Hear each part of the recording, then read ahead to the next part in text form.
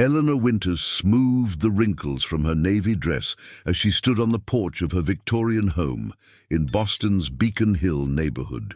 The April evening brought a gentle breeze that carried the scent of blooming cherry trees along the historic cobblestone street. At 72, Eleanor had lived in this house for over 40 years, a house that had witnessed the raising of her children, the passing of her husband Richard, and now the occasional visits from her son's family. She checked her watch, 6:28 p.m. David was always punctual, a trait he had inherited from his father. Sure enough, a silver SUV pulled up in front of the house right on time. Eleanor's heart warmed at the sight of her son emerging from the driver's side, his salt and pepper hair catching the early evening light. From the passenger side came Vanessa, Eleanor's daughter-in-law of 5 years, dressed impeccably in what appeared to be a new designer outfit. The back door opened, and 12-year-old Sophie bounded out, immediately spotting Eleanor and waving enthusiastically. "Grandma!" Sophie called, rushing up the steps and embracing Eleanor with the unrestrained affection that seemed to diminish in people as they aged. "There's my girl," Eleanor said, holding her granddaughter tight. "You've grown at least an inch since I saw you last month." "Mum says I'm going to be taller than her by next year," Sophie replied proudly.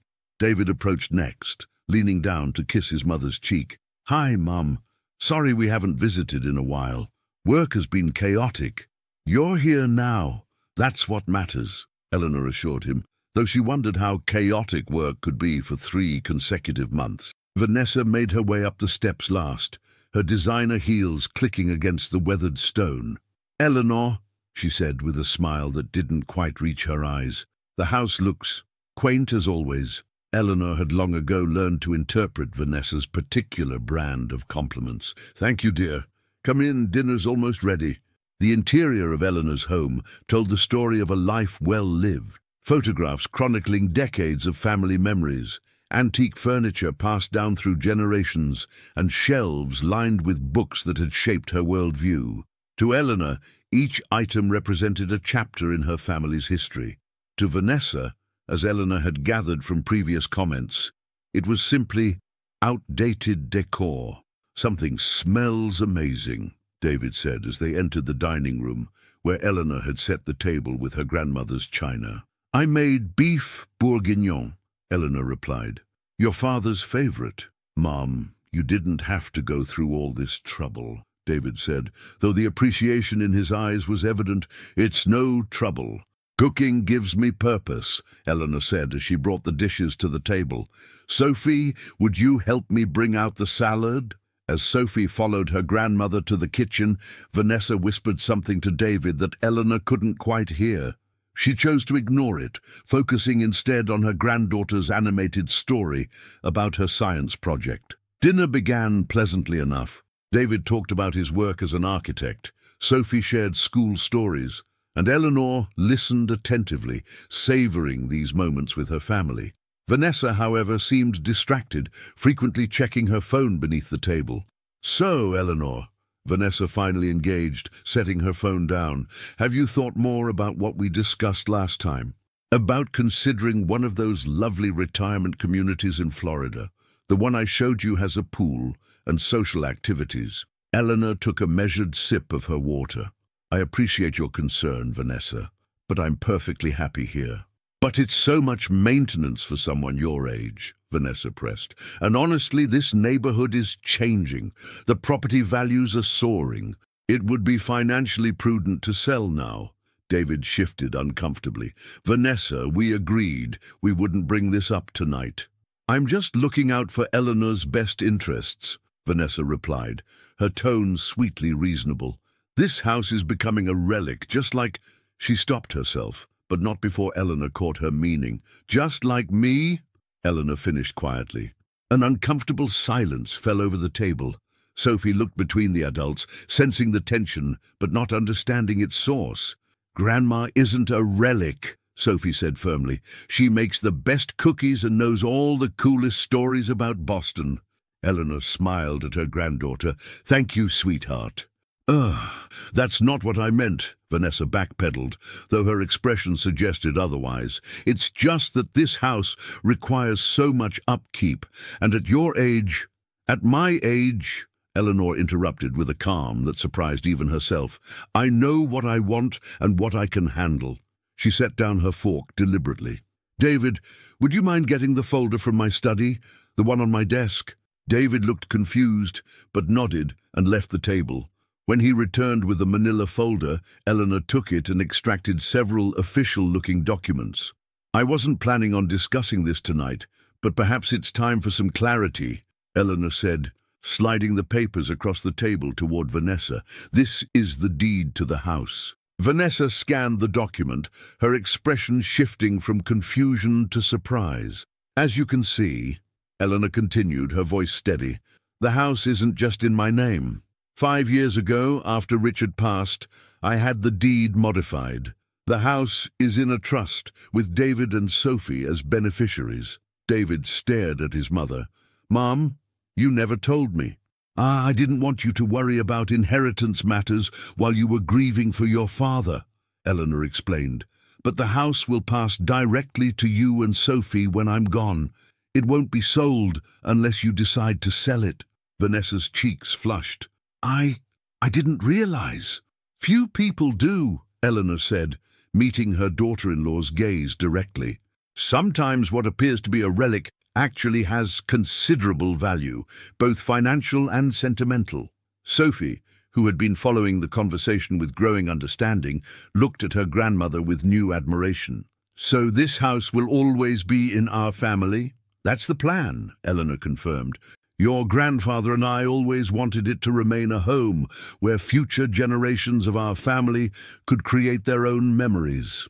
The remainder of the evening carried a different energy. Vanessa was notably quieter. David seemed lost in thought, and Sophie asked Eleanor to tell her stories about the house, stories Eleanor was all too happy to share. As they prepared to leave, David hung back as Vanessa and Sophie headed to the car. Mom, I'm sorry about tonight, he said. About Vanessa. She doesn't always understand. Family dynamics are complicated, Eleanor replied, patting his arm. But remember, David, this house isn't just bricks and mortar. It's your heritage, yours and Sophie's. Don't let anyone convince you that history has no value. David hugged his mother tightly. I won't, and I'll talk to Vanessa. As Eleanor watched the silver SUV pull away from the curb, she felt a mixture of sadness and resolve. She hadn't wanted to reveal the truth about the deed this way, but perhaps it was necessary. Standing on her porch, surrounded by the whispers of generations past, Eleanor knew that some battles were worth fighting, especially those that preserved the foundations of family, both literal and figurative. She turned and went back inside, closing the door on the growing darkness, already contemplating what stories she would share with Sophie on their next visit, stories that would ensure the legacy of their family home would live on, no matter whose name was on the deed. The morning after the family dinner, Eleanor sat at her kitchen table with a cup of Earl Grey tea, watching as rain tapped gently against the windows of her Beacon Hill home. Sunlight struggled through the clouds, casting muted shadows across the well-worn hardwood floors that had supported 4 generations of her family. Eleanor's phone rang, breaking the peaceful silence. David's name flashed on the screen. "Good morning, dear," she answered, trying to keep her tone light. "Mom," David's voice sounded strained. "I wanted to apologize again for last night. Vanessa and I had quite the discussion after we got home." Eleanor sighed, running her finger along the rim of her teacup. "There's no need to apologize. Sometimes truths need to come to light. Still, the way it happened." David paused. "Vanessa shouldn't have called you or the house a relic. It was disrespectful." "Words only have the power we give them," Eleanor replied, though the comment had stung more than she cared to admit. "How is Sophie this morning?" "She's actually why I'm calling. She's been asking questions about the house, about its history. She wants to know everything now. I think you really sparked something in her." Eleanor smiled. If there was a silver lining to last night's tension, it was Sophie's newfound interest in her heritage. "I'd be happy to tell her more. Perhaps she could come by this weekend. Actually, David hesitated, I was thinking all three of us might come. There's something I'd like to discuss in person. A knot formed in Eleanor's stomach. Is everything all right? Yes, just complicated. We'll come Saturday around noon if that works. After hanging up, Eleanor sat in contemplation. The house around her seemed to breathe with memories. Richard bringing her across the threshold as newlyweds, David taking his first steps in the living room, holidays filled with laughter and love. But mixed with these joyful recollections were more painful ones. The arguments as Richard's health declined, the loneliness after his passing, and more recently, the subtle suggestions from Vanessa that it was time for Eleanor to downsize. Eleanor stood and walked to the antique secretary desk in the corner of the living room. From a hidden compartment that Richard had built, she extracted a leather-bound journal and a stack of yellow documents. If David and his family were coming to discuss the house, she wanted to be prepared. The next few days passed quickly as Eleanor divided her time between her volunteer work at the local library and organizing the family records. By Saturday morning, she had assembled albums of photographs, property records dating back to 1923, when her grandparents had purchased the house, and Richard's handwritten notes about the renovations they'd completed together. At precisely noon, the doorbell rang. Eleanor opened the door to find all three family members standing on her porch. Sophie immediately embraced her grandmother, while David offered a warm but nervous smile. Vanessa hung back slightly, her expression unreadable. Come in. Eleanor ushered them inside. I've made lunch. Chicken salad sandwiches and that potato soup you like, David. Thanks, Mom, but maybe we should talk first, David suggested, his voice tense. Eleanor led them to the living room, where she'd arranged the documents on the coffee table. I thought we might need these for our discussion. David glanced at the materials, then exchanged a look with Vanessa. Actually, Mom, this is more about our situation. I see, Eleanor said, though she didn't. What's happening? David took a deep breath. I've been offered a position with my firm's Seattle office. It's a significant promotion, heading up their historical preservation division. Eleanor's heart sank, though she maintained her composure. Seattle was across the country. That sounds like a wonderful opportunity. It is, David confirmed, but it's complicated. We'd need to move within 2 months. I see, Eleanor repeated, processing this news. And you've decided to accept? We're strongly considering it, Vanessa interjected. The schools in that area are excellent for Sophie, and the cultural opportunities are abundant. Eleanor turned to her granddaughter. What do you think about moving, Sophie? Sophie shifted uncomfortably. I'd miss my friends. And you, Grandma. But Dad says they have mountains and oceans there. They certainly do, Eleanor agreed. It's a beautiful part of the country. Mum, David leaned forward.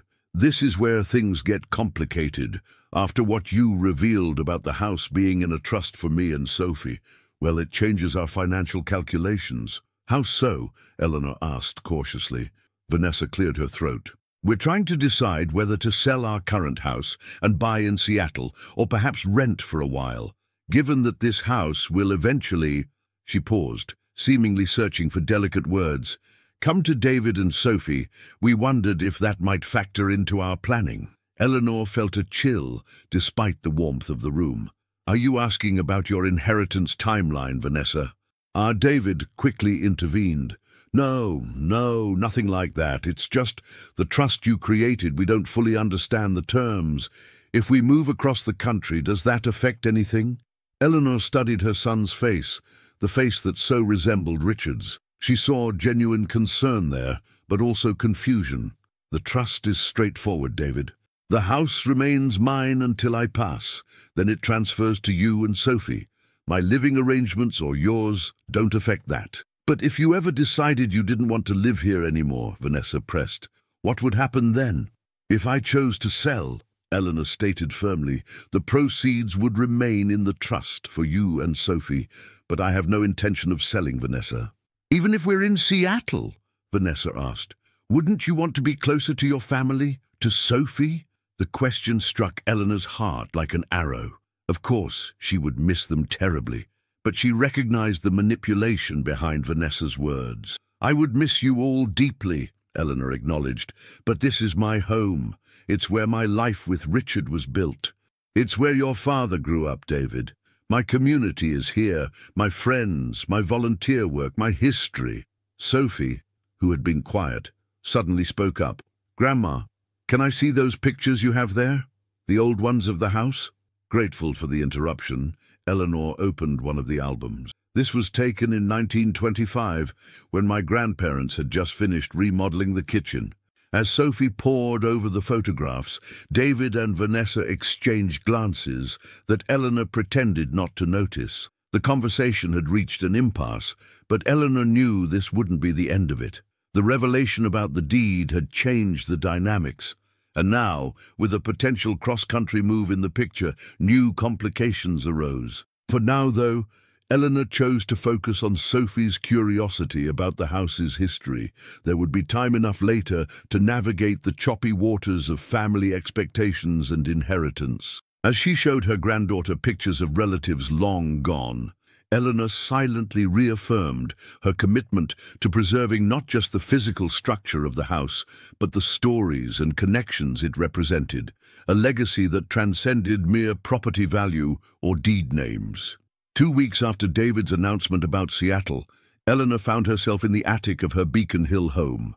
Dust motes danced in the shafts of afternoon sunlight, streaming through the dormer windows as she carefully opened cardboard boxes that hadn't been touched in years. The temperature was climbing outside, and the attic felt stuffy despite the small electric fan she'd brought upstairs. Eleanor had come up here with purpose after receiving a text from Sophie that morning.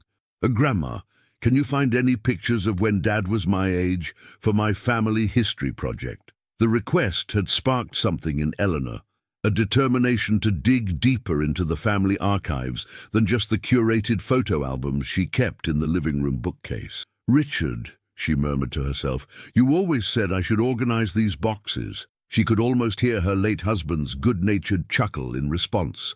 The third box she opened revealed a treasure trove: Richard's old college papers, David's elementary school art projects, and beneath them a stack of legal documents bound with faded ribbon. Eleanor recognized her grandfather's handwriting on the top sheet: "Property documents and correspondence, 17 Chestnut Lane." Curious, Eleanor untied the ribbon. The top document was the original deed to the house, dated April 18th, 1923. She'd seen it before, but had never examined the accompanying papers. Below it was a yellowed letter written by her grandfather to her grandmother. "My dearest Margaret, today I have secured our future home at 17 Chestnut Lane. Though the bank would not list your name on the mortgage due to their outdated policies regarding women property owners, I have ensured that the deed bears both our names equally. This home shall be ours together in truth, not merely in word. When we pass it to our children, they shall know it came from both of us, built by both our sacrifices." With deepest affection, William Eleanor's hands trembled slightly. She'd never known this detail about her grandparents' purchase of the house. In 1923, it had been unusual for a woman to be named on a property deed. Her grandfather had insisted on it, despite the conventions of the time. As she continued through the documents, Eleanor discovered something even more surprising: a handwritten amendment to her grandparents' will from 1956, stating that the house should remain in the family's female line when possible, as Margaret's contribution to its purchase has been historically obscured. "Well, I'll be damned," Eleanor whispered, understanding washing over her. This explained her mother's inheritance of the house instead of her uncle, who had been the eldest child. Eleanor's discovery was interrupted by her phone ringing. Vanessa's name appeared on the screen. She hesitated before answering. "Hello, Vanessa." "Eleanor, I hope I'm not disturbing you." Vanessa's voice carried its usual polite tone, though there was an edge to it that Eleanor had come to recognize. "Not at all. I'm just going through some old family papers in the attic."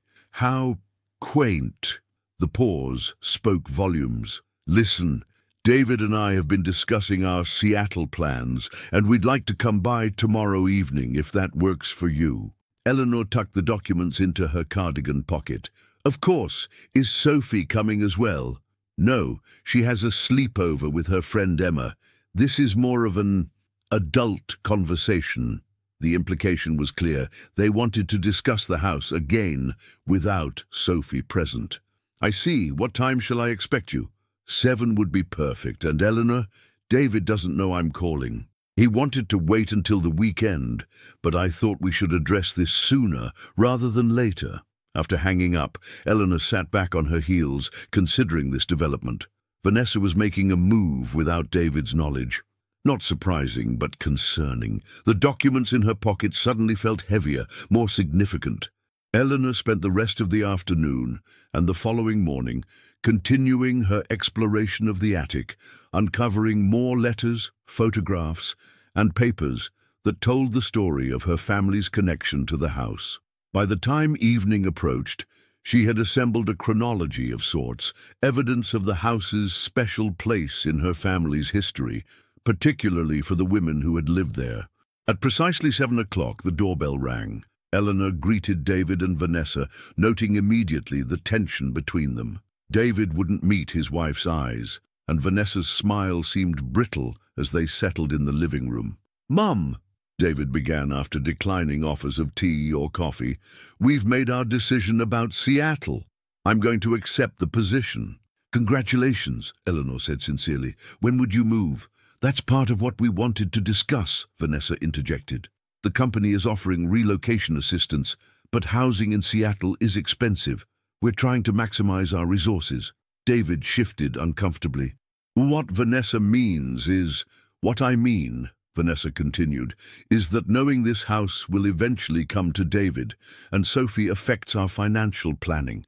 If the house is going to be an asset in our portfolio, so to speak, we need to understand when and how that will happen." Eleanor felt a surge of indignation, but kept her voice measured. "The house is not an asset in a portfolio, Vanessa. It's a home that has been in our family for a century."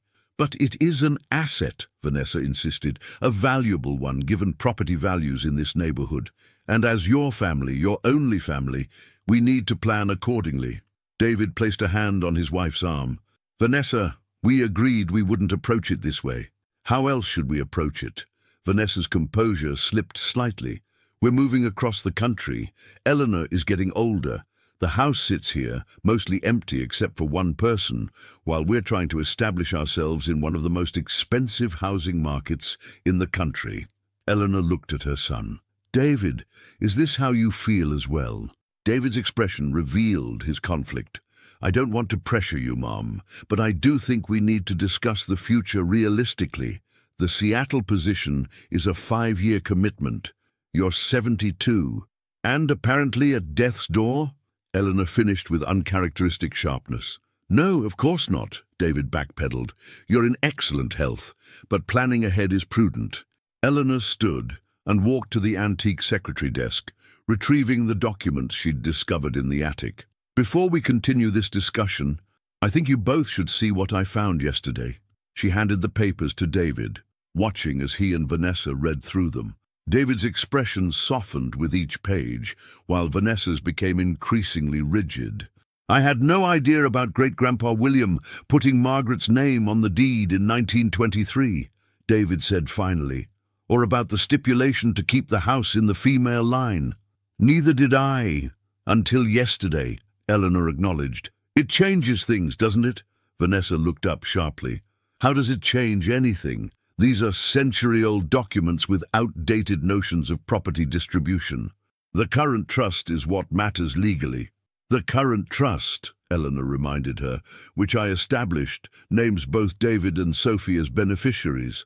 But given what I've learned, I'm considering amending it to reflect my grandparents' wishes." "Meaning what exactly?" Vanessa's voice had taken on a dangerous edge. "Meaning that perhaps Sophie should be the primary inheritor of the house, with David receiving other assets of equivalent value from my estate."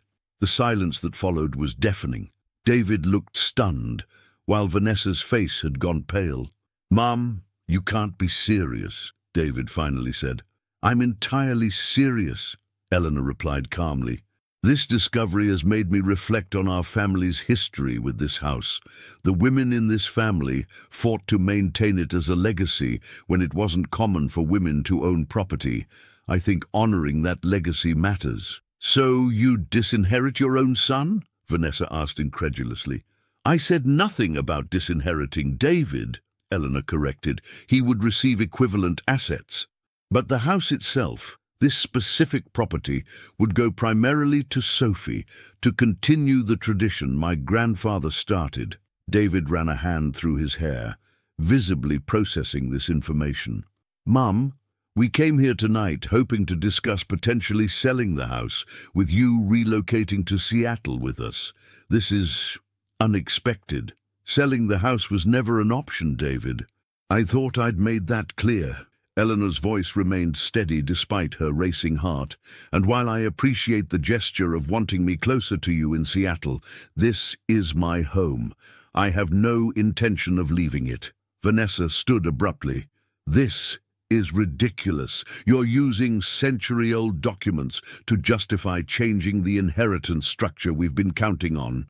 All because I had the audacity to suggest you might be happier in a more manageable living situation. No, Vanessa, Eleanor replied, also rising to her feet. I'm considering these changes because they've made me realize the deeper significance of this house to the women in my family. Sophie is 12 now, almost the age I was when my grandmother told me the house would someday be mine to protect. Perhaps it's time Sophie understood her heritage too. The conversation ended shortly afterward, with David promising to call Eleanor the next day after he'd had time to think. As she closed the door behind them, Eleanor felt a mixture of guilt and resolve. She hadn't actually decided to change the trust, but the possibility had struck her as she'd read through her grandfather's letters. More importantly, it had given her leverage in a conversation where she'd expected to be on the defensive.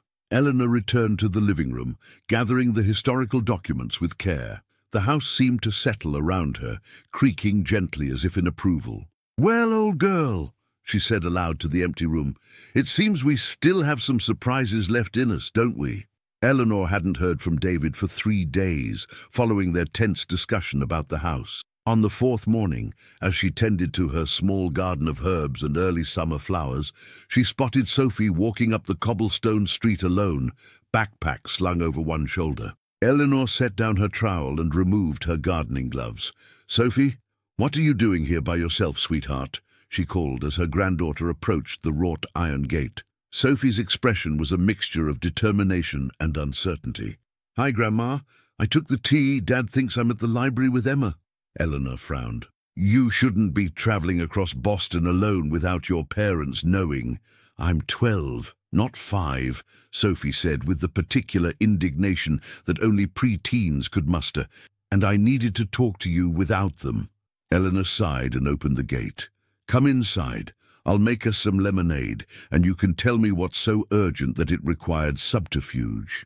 In the kitchen, as Eleanor squeezed fresh lemons, Sophie perched on a stool at the center island, fidgeting with the frayed edge of her denim shorts. "They've been fighting," she finally said. "Dad and Vanessa. About the house. About you." Eleanor's hands stilled momentarily before resuming their work. "I see. And what have you heard?" "Vanessa says you're being selfish and manipulative. Dad says you have every right to do what you want with your property." Sophie looked up, her eyes troubled. "Are you really changing your will to give the house to me instead of Dad?" Eleanor added sugar to the lemonade, stirring thoughtfully. "I'm considering some changes, yes, but nothing is decided." She poured 2 glasses and sat beside her granddaughter. "Your great-great-grandfather William put this house in both his and his wife's names when that wasn't common practice. He wanted to acknowledge that the home belonged to both of them equally. Later, they decided the house should stay with the women in the family when possible. So that's why you got it instead of some uncle?" Sophie asked. "That's right. My mother inherited it from her parents, and then I inherited it from her. It's a tradition that goes back almost 100 years now." Sophie took a long sip of lemonade. "Vanessa says the house is worth millions and that you're using it to control Dad. Eleanor flinched at the accusation. Money and control aren't what this is about, Sophie. This house represents our family's history. The walls around us have witnessed births, deaths, celebrations, and sorrows for 4 generations. But if you give it to me instead of Dad, aren't you picking sides? Sophie persisted. The question struck Eleanor with its insight. Out of the mouths of babes, she thought. It might seem that way, Eleanor acknowledged. But your father would still receive his fair share of what I have to give. The question is whether this particular asset, this house, should continue the tradition of passing through the female line. Sophie set down her glass. But I don't even live here. We're moving to Seattle. Yes, you are. Eleanor reached out to tuck a strand of hair behind Sophie's ear. And that complicates things. They sat in silence for a moment. The only sound, the ticking of the grandfather clock in the hallway, another family heirloom, brought over from England by Eleanor's great-grandparents. "Can I see it?" Sophie asked suddenly. "See what, dear?" "The paper that says great-great-grandpa William wanted the women to have the house." Eleanor led Sophie to the study, where she'd been organizing the historical documents. As Sophie read through them, her expression grew increasingly thoughtful. "He really loved her, didn't he? Margaret?" "Yes, I believe he did," Eleanor smiled. It was quite progressive for the time, ensuring she had equal ownership. Sophie traced her finger over William's signature. "If the house comes to me someday, would I have to live in it?" "No, sweetheart. You could make whatever decision felt right to you when the time came. But you don't want it sold." Eleanor considered her answer carefully. "I would hope that whoever owns it after me would appreciate its value beyond just money. But ultimately I have to trust future generations to make their own choices." Sophie looked around the study, taking in the built-in bookshelves, the leaded glass windows, the patina of age and care on every surface. "I like this room. It feels like time moves differently here." "That's exactly how I've always felt about it," Eleanor said, surprised and touched by Sophie's perception. Their moment was interrupted by Eleanor's phone ringing. David's name flashed on the screen. "It's your father," Eleanor told Sophie, who suddenly looked guilty. "Hello, David," Eleanor answered. "Mom, is Sophie with you?" David's voice was tense. "Emma's mother just called asking why Sophie hadn't arrived for their study session." "Yes, she's here," Eleanor confirmed. "She arrived about half an hour ago." David's sigh of relief was audible. "Thank God. Put her on, please." Eleanor handed the phone to Sophie, who winced as she listened to what was clearly a stern reprimand. "I know, Dad. I'm sorry. Yes, no, I took the tea. I know it was wrong. Okay." She handed the phone back to Eleanor. "Mom, I'm coming to pick her up," David said. "We need to talk anyway." "Of course. We'll be here."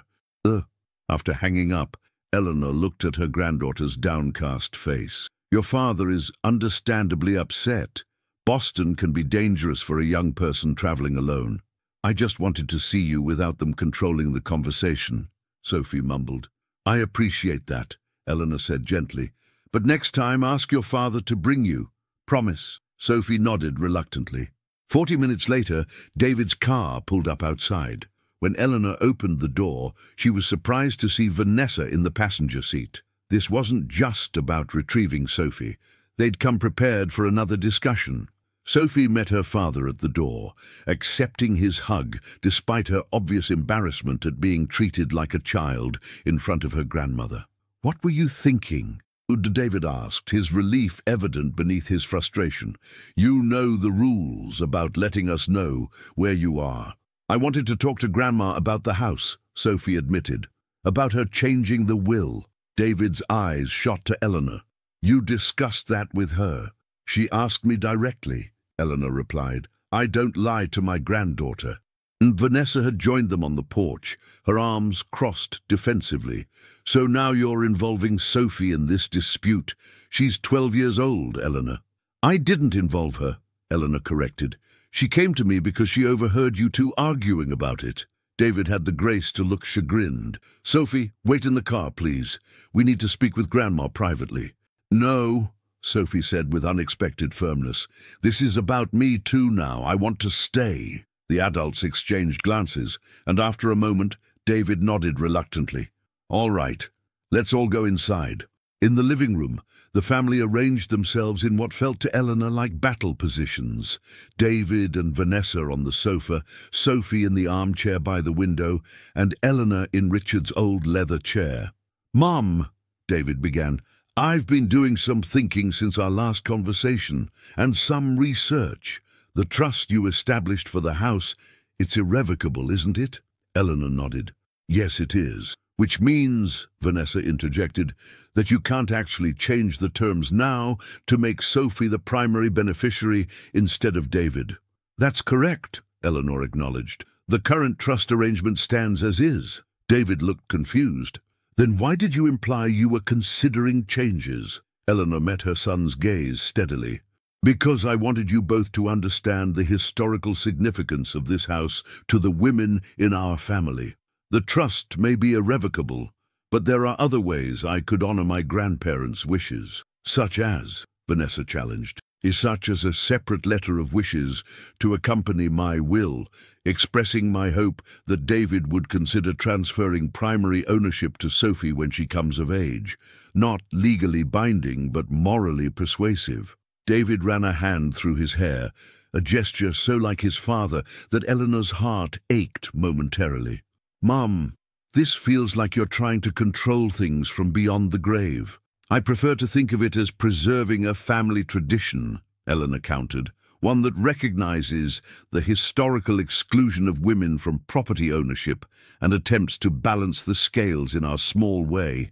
"But," Vanessa began, only to be interrupted by Sophie. "Stop it!" Sophie's voice cut through the tension. "Everyone stop fighting about who gets what when Grandma dies. She's right here, alive, and this is her house." The adults fell silent, chastened by the 12-year-old's outburst. "Sophie's right," Eleanor said after a moment. "This conversation has become morbid and divisive, which was never my intention." She turned to David. "Son, when the time comes, hopefully many years from now, the house will pass to you and Sophie as the trust dictates. What you choose to do with it then will be your decision. I can only hope you'll consider its history and significance before making that choice." David nodded slowly. "I understand, Mom, and I do value the history. With the move to Seattle, everything feels complicated right now. Which brings us to our other concern," Vanessa said, her tone softening slightly. "Eleanor? We're worried about you being alone here after we move. Seattle is a 5-hour flight away. If something happened—" "I've lived alone for 7 years since Richard passed," Eleanor reminded them. "I have friends, neighbors, my volunteer work. I'm not isolated." "But you'll be isolated from us," David pointed out. "From Sophie." At the mention of her name, Sophie stood and walked to Eleanor's side, leaning against the arm of her chair. "I don't want to be that far from Grandma." Eleanor patted her granddaughter's hand. "Distance doesn't diminish love, sweetheart. We'll have video calls, and you can visit during school breaks." "It's not the same," Sophie insisted. The room fell quiet again, each person absorbed in their thoughts. Eleanor looked around at her family. David, so like Richard in his sense of responsibility. Vanessa, ambitious and practical in her own way. And Sophie, the future, standing literally and figuratively between the generations. "Perhaps," Eleanor said finally, "we're approaching this from the wrong angle. Instead of focusing on what happens to the house after I'm gone, we should be thinking about how to maintain our connection as a family, despite the physical distance." "What did you have in mind?" David asked. "I'm not sure yet," Eleanor admitted. "But I do know that this house has always been more than just a structure or an asset. It's been a touchstone, a place where our family returns to remember who we are and where we came from. Maybe we need to find ways to preserve that function, even with you in Seattle." As the conversation shifted to more practical matters of maintaining family ties across distance, Eleanor noticed a subtle change in the atmosphere. The edge of confrontation had dulled, replaced by a tentative problem-solving spirit. It wasn't resolution, not yet, but it was a step away from the brink of family fracture. Later, as David, Vanessa, and Sophie prepared to leave, Eleanor hugged her granddaughter tightly. "I'm proud of you," she whispered. "You reminded us all of what really matters." Sophie hugged back fiercely. "I don't want you to be alone, Grandma." "I'm never alone in this house," Eleanor assured her. "Too many memories keep me company." As she watched them drive away, Eleanor wondered if they'd reached a turning point or merely a temporary truce. Either way, she knew the story of the house and their family was far from over. June arrived in Boston with a punishing heat wave. Eleanor's Victorian home, designed long before air conditioning was a consideration, retained heat like an oven. She had window units installed in the bedroom and study, but the rest of the house remained stifling, despite fans strategically placed to create cross breezes. On this particular Wednesday afternoon, Eleanor sat in her study, reviewing paperwork with Marcus Hendricks, her attorney of 30 years. Outside, the temperature had climbed to 95 degrees, making the city streets shimmer with heat. "These are significant changes, Eleanor," Marcus said, adjusting his glasses as he reviewed the documents she'd prepared. "Are you certain this is what you want?" "I am," Eleanor confirmed, passing him a glass of iced tea. "The irrevocable trust remains unchanged.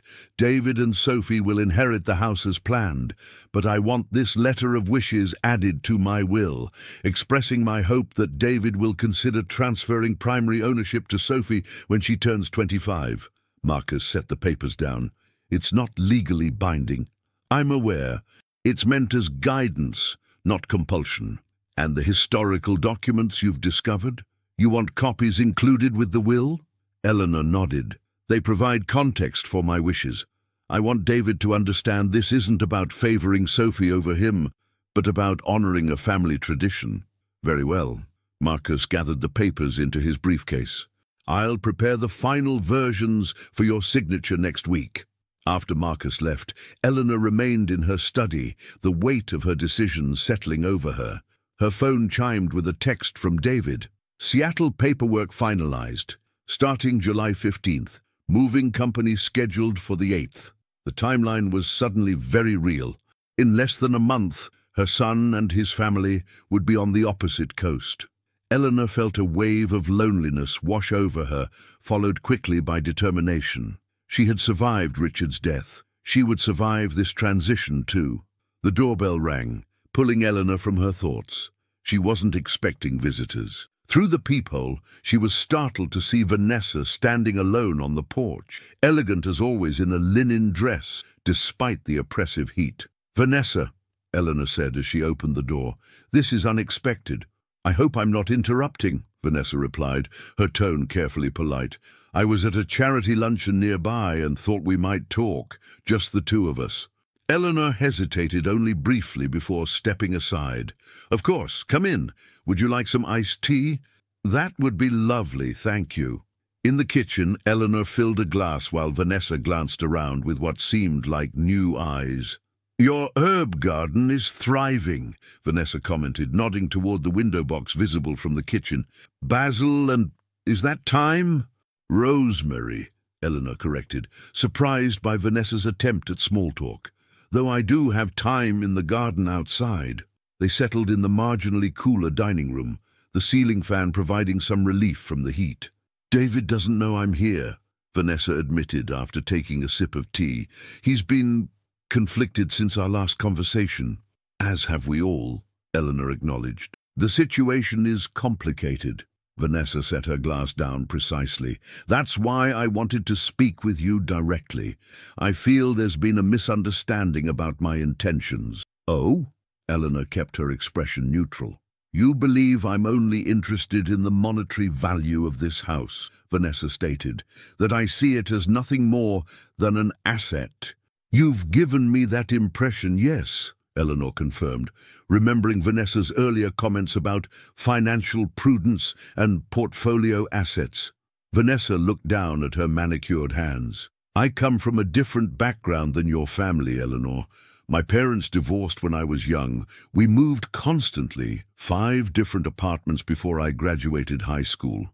Property to me represents stability, security, something I never had." Eleanor hadn't expected this vulnerability from her daughter-in-law. "I didn't know." David knows some of it, not all. Vanessa's gaze lifted to meet Eleanor's. When I look at this house, I don't just see dollar signs. I see permanence, a foundation that can't be pulled away at a landlord's whim.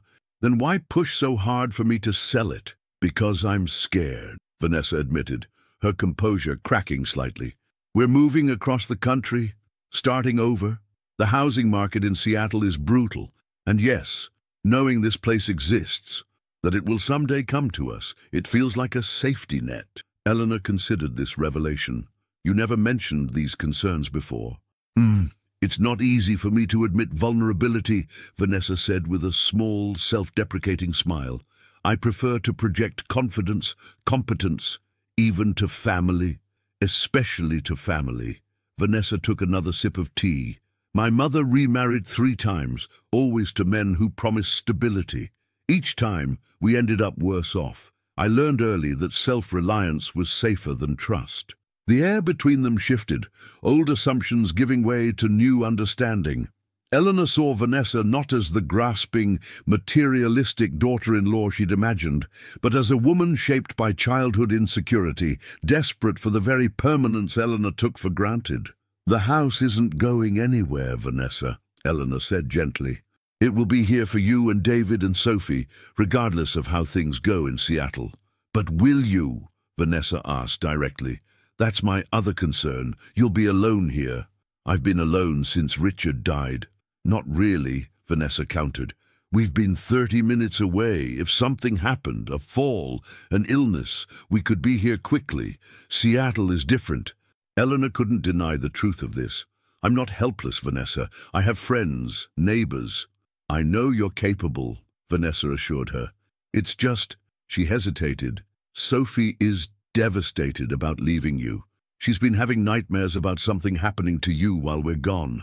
This revelation pierced Eleanor's heart. She hasn't mentioned that to me. She wouldn't. She's trying to be brave. Vanessa leaned forward. Eleanor, I have a proposal, not selling the house. I understand now why that's not an option. But what if you came with us to Seattle, just for the first few months? To help us settle in, to ease Sophie's transition, to see if you might like it there. Eleanor blinked in surprise. Leave Boston? Temporarily, Vanessa clarified. 3 months, perhaps. The house would remain yours, of course. You could rent it short-term to a visiting professor or medical resident. There are always people looking for furnished accommodations in this neighborhood. The suggestion was so unexpected that Eleanor found herself momentarily speechless. Leave the house that had been her anchor for decades. And yet, the thought of being part of Sophie's adjustment to a new city, of not missing those crucial first months in their new life, held undeniable appeal. I hadn't considered anything like this, Eleanor finally said. Just think about it, Vanessa urged. For Sophie's sake, if nothing else. Eleanor studied her daughter-in-law's face, searching for hidden motives, but finding only what appeared to be genuine concern. I'll consider it, she said carefully. That's all I can promise for now. Vanessa nodded, accepting this partial victory. Thank you. That's more than I hoped for when I came here today. As they finished their tea, the conversation turned to practical matters of the Seattle move, the neighborhood they'd chosen, Sophie's new school, David's office location. Eleanor found herself asking questions she hadn't before, engaging with their plans in a way she'd previously avoided out of hurt and resistance. When Vanessa rose to leave, the atmosphere between them had transformed from wary opposition to cautious alliance. Thank you for listening, Vanessa said at the door, and for considering my suggestion. Thank you for your honesty, Eleanor replied. It helps to understand where you're coming from.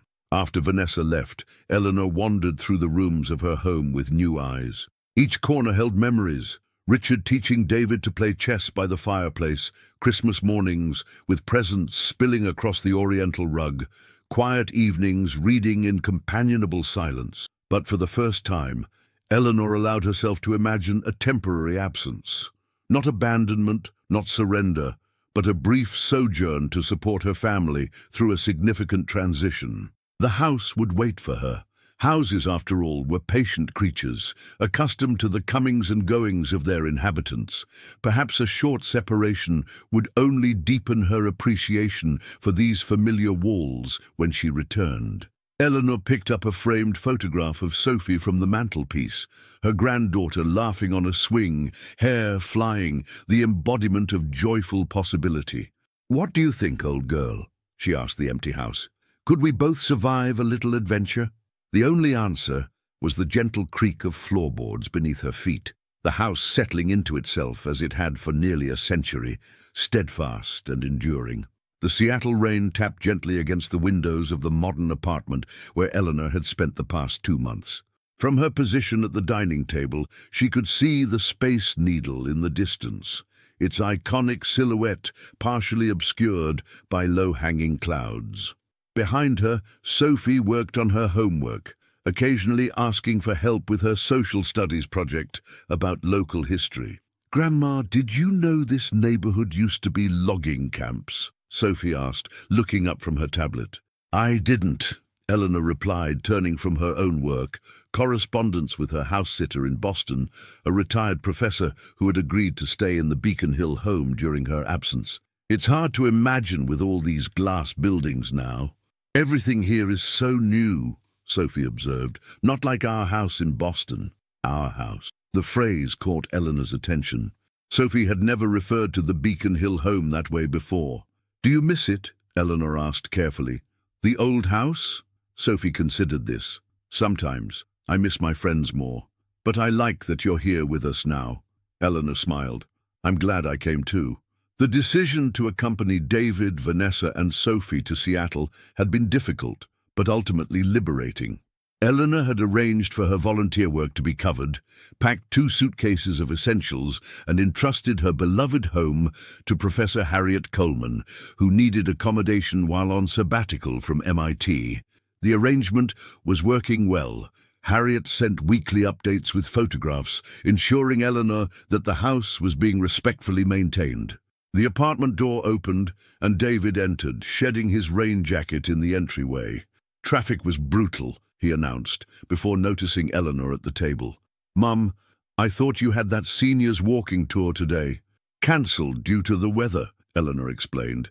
"Apparently not all Seattle seniors are as hardy as they claim." David laughed, kissing the top of Sophie's head before heading to the kitchen. "Is Vanessa home yet?" "Working late," Sophie answered without looking up. "Client dinner."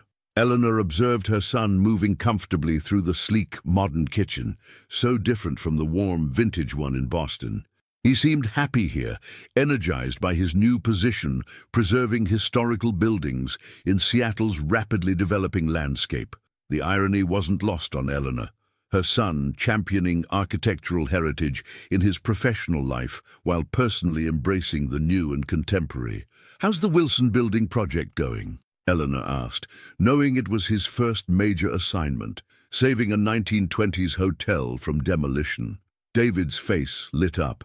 "Actually, that's why I'm late. The Historical Society approved our preservation plan. We're keeping the facade and lobby intact while modernizing the interior spaces." "Blending old and new," Eleanor noted, "seems appropriate." "I thought so too." David gave her a meaningful look. "Something I've been thinking about a lot lately." The past 2 months had brought a gradual thawing in the family's dynamics.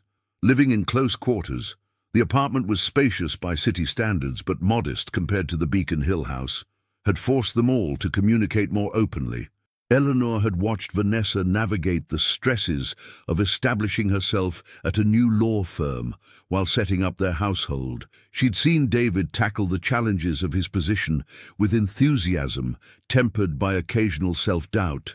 Most significantly, she'd witnessed Sophie's resilience as she adjusted to a new school and made new friends. And they, in turn, had seen her adapt to a completely different environment, learning to use the apartment building's digital entry system, navigating Seattle's public transportation, finding her own community through a local book club, and volunteer opportunities at the art museum. "Mom," David said, joining her at the table with a cup of coffee, "have you given any thought to when you'll head back to Boston?" The question wasn't unexpected. Eleanor's original plan had been to stay for 3 months, through the end of September.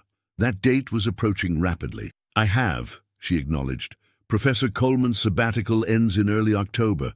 She'll need to vacate the house by the 5th. So, you'll go back then?" David's tone was carefully neutral. "That was the plan," Eleanor said. "Why do you ask?" David glanced at Sophie, who appeared absorbed in her homework, but was clearly listening. "We've all enjoyed having you here. It's made the transition easier, especially for Sophie."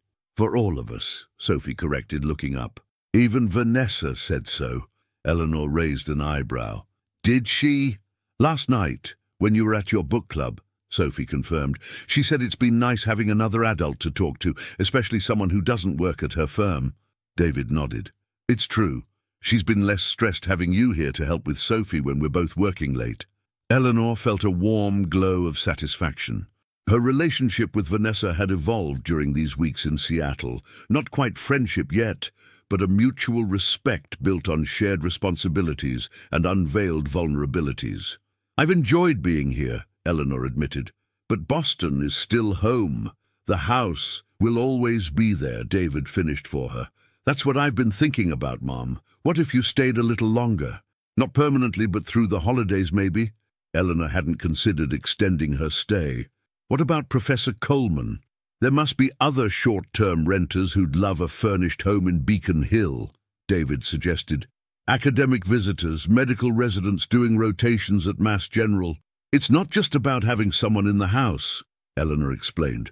"It's about being away from it myself. That house has been my anchor for decades." "I know," David said gently, "but you've proven these past months that you can cast off for a while without losing your way." The metaphor struck Eleanor as particularly apt. She had indeed felt like a ship temporarily unmoored these past weeks, initially disorienting, but eventually exhilarating. "Let me think about it," she promised. "I need to—" The apartment door opened again, and Vanessa entered, looking polished despite the rain and the long day. "Hello, family," she called, setting down her briefcase and slipping off her heels. "How was the client dinner?" David asked. "Productive," Vanessa replied, coming to join them. "They're going to retain the firm for their expansion into the Pacific Northwest." She noticed the serious expressions around the table. "Did I interrupt something?" "Dad's asking Grandma to stay through Christmas," Sophie explained. Vanessa's surprise was evident. "Oh, I didn't know we were discussing that today." "It just came up," David assured her. "Nothing's decided." Vanessa looked at Eleanor, and something unspoken passed between them, an acknowledgement of how far they'd come from their adversarial positions of just a few months ago. "I think it's a wonderful idea," Vanessa said sincerely. "If that's what Eleanor wants." "I'm considering it," Eleanor replied, "though I would need to return to Boston briefly in October to check on the house and rearrange things." "Of course," Vanessa agreed. "We could help with the airfare." Eleanor waved this offer away. "That's not necessary. My finances are quite solid." "Speaking of which," David interjected, "I've been meaning to tell you. The Historical Society is looking for a part-time consultant with expertise in Victorian architecture and period furnishings. It's for their house museum restoration project. I immediately thought of you." Eleanor blinked in surprise. "Me? I'm not a professional historian." "No, but you've lived in and maintained a Victorian home for 40 years. You know more about authentic period details than most of the contractors we interview." David leaned forward enthusiastically. "It would be just a few hours a week, consulting on furniture, fixtures, appropriate materials. They have a decent budget for it too." The idea was intriguing. Eleanor had never considered applying her knowledge of her home in a professional context. "I'd need to think about that as well," she said. "It sounds interesting but quite different from my volunteer work in Boston." "Just an option," David assured her. "No pressure." Later that evening, after Sophie had gone to bed, Eleanor sat in the guest room that had become her temporary sanctuary. She opened her laptop and clicked through the most recent photos Professor Coleman had sent of the Beacon Hill house. Everything looked perfectly maintained, yet somehow different through the lens of another occupant. Her phone chimed with a text from her friend Martha back in Boston. "Book club isn't the same without you. When are you coming home?" Home. The word resonated deeply. For 72 years, home had been inextricably linked to that house on Chestnut Lane. Yet these past months in Seattle had taught Eleanor something unexpected, that home could also be where her family was, where she was needed and valued, where new experiences awaited. A soft knock at her door interrupted her thoughts. Vanessa stood there, holding 2 mugs of tea. "I thought you might still be awake," she said, offering one of the mugs to Eleanor. "Chamomile with honey, right?" Eleanor accepted the tea with surprise. "You remembered." Vanessa entered and sat on the edge of the bed.